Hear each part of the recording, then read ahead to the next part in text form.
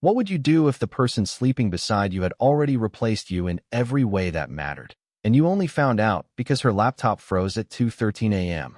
The screen was still glowing when I walked into the bedroom, casting a pale blue light across her face. She was asleep, breathing slow, peaceful, untouched by whatever was hidden behind that flickering cursor. The folder name didn't make sense at first. Taxes_2023_final. I clicked it anyway, and the moment I opened it, I realized my entire life had already been erased. I just hadn't been told yet. If you genuinely enjoy our stories, please subscribe to the channel, tell us where you're from, and what time it is right now.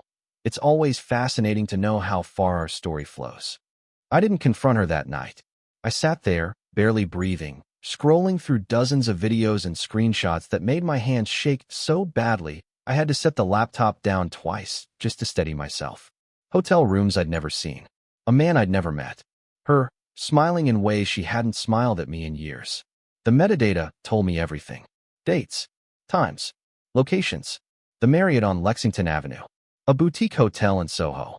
A parking garage on West 47th Street. All of it while I was working late, covering extra shifts, building what I thought was our life. I remember looking over at her sleeping, wondering how someone could look so peaceful after detonating another person's existence. The next morning, she kissed me goodbye like nothing had happened. "Don't forget we have dinner with my parents on Friday," she said casually, grabbing her purse. I nodded. I even smiled. That was the moment I realized something inside me had already started to die. The humiliation didn't hit all at once. It came in waves. At work, I'd stare at my screen, replaying those videos in my head like some sick loop I couldn't shut off. At the grocery store, I'd catch myself wondering if the cashier knew. If anyone knew. Because once you see it, once you know, it feels like everyone else must know too. She started acting different after that. Or maybe she always had been, and I was just too blind to see it. Late nights became normal. Her phone never left her hand. Passwords changed. Conversations turned cold. "You're being paranoid," she snapped one night when I asked why she came home at 1 a.m. "I'm working. Not everything revolves around you." That word hit harder than anything else. Paranoid. I had literal proof sitting in my office drawer. But I just nodded. Played my role. Because by then, I had stopped being her husband. I had become something else. The man in the videos didn't take long to identify. His name was Ryan. A real estate developer based in Manhattan. Mid-40s. Married. 2 kids. I found him through a tagged photo she forgot to delete. Smug smile. Expensive watch. The kind of guy who thought consequences were for other people.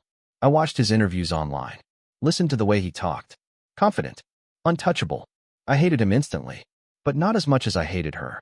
The breakdown came quietly. Not screaming. Not crying. Just silence. I remember sitting in my car outside our apartment in Brooklyn, staring at the steering wheel for nearly an hour. My hands didn't move. My phone buzzed. It was her. "Pick up milk." That was it. After everything, that was the message. Something inside me cracked in that moment. Not loudly. Just enough. Enough to stop feeling like a victim. Enough to start thinking clearly. I didn't rush revenge. I planned it. Every step. Every detail. I became patient. I copied everything from that folder. Backed it up 3 times. Cloud storage. External drive. Even printed still frames. Dates, hotel bookings, transaction receipts. She hadn't been careful. Neither had he. I hired a private investigator. Not because I needed proof, but because I wanted it airtight. I wanted a story no one could deny. He delivered more than I expected. Photos of them entering hotels together. Records of payments. Even a voice recording from a restaurant in Midtown where she told him, laughing, he'd never suspect a thing. I listened to that recording at least 20 times. Each time, it hurt less. Each time, I got colder. Then I met with a lawyer. A quiet office near Wall Street. He reviewed everything without much expression. "This is extensive," he said. I leaned forward. "I don't just want a divorce." He looked at me carefully. "I know." And he understood. I waited for the right moment. Friday dinner with her parents. A quiet suburban home in Queens. Her father grilled steaks in the backyard. Her mother set the table. She played the perfect daughter. The perfect wife. I almost admired it. Almost. We sat down to eat. Laughter. Small talk. Wine poured into glasses. And then I stood up. "I fixed your laptop," I said calmly. She froze. Just for a second. But I saw it. What? She asked. I found your folder. The room went silent. Her mother looked confused. Her father frowned. I pulled out my phone, connected it to their TV, and pressed play. I didn't raise my voice. I didn't need to. The video spoke for me.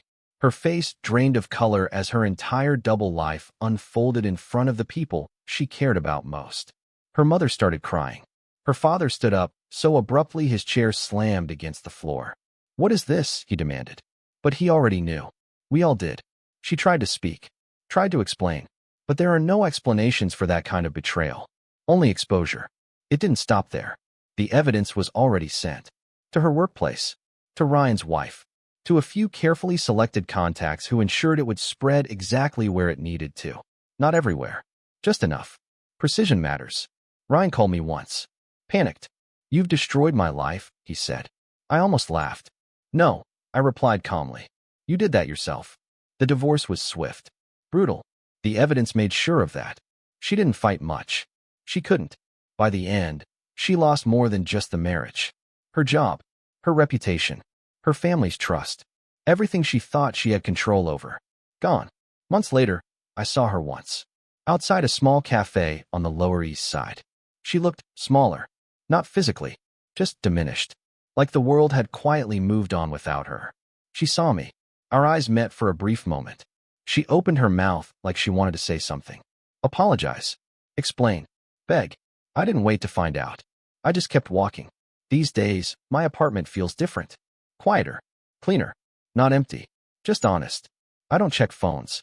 I don't question shadows. I sleep. Finally. Because the truth is, revenge didn't fix me. It didn't bring anything back. It just made sure she lost everything she thought she could steal from me. And in the end, that was enough. Because some betrayals don't end in forgiveness. They end in silence that follows you for the rest of your life. The end.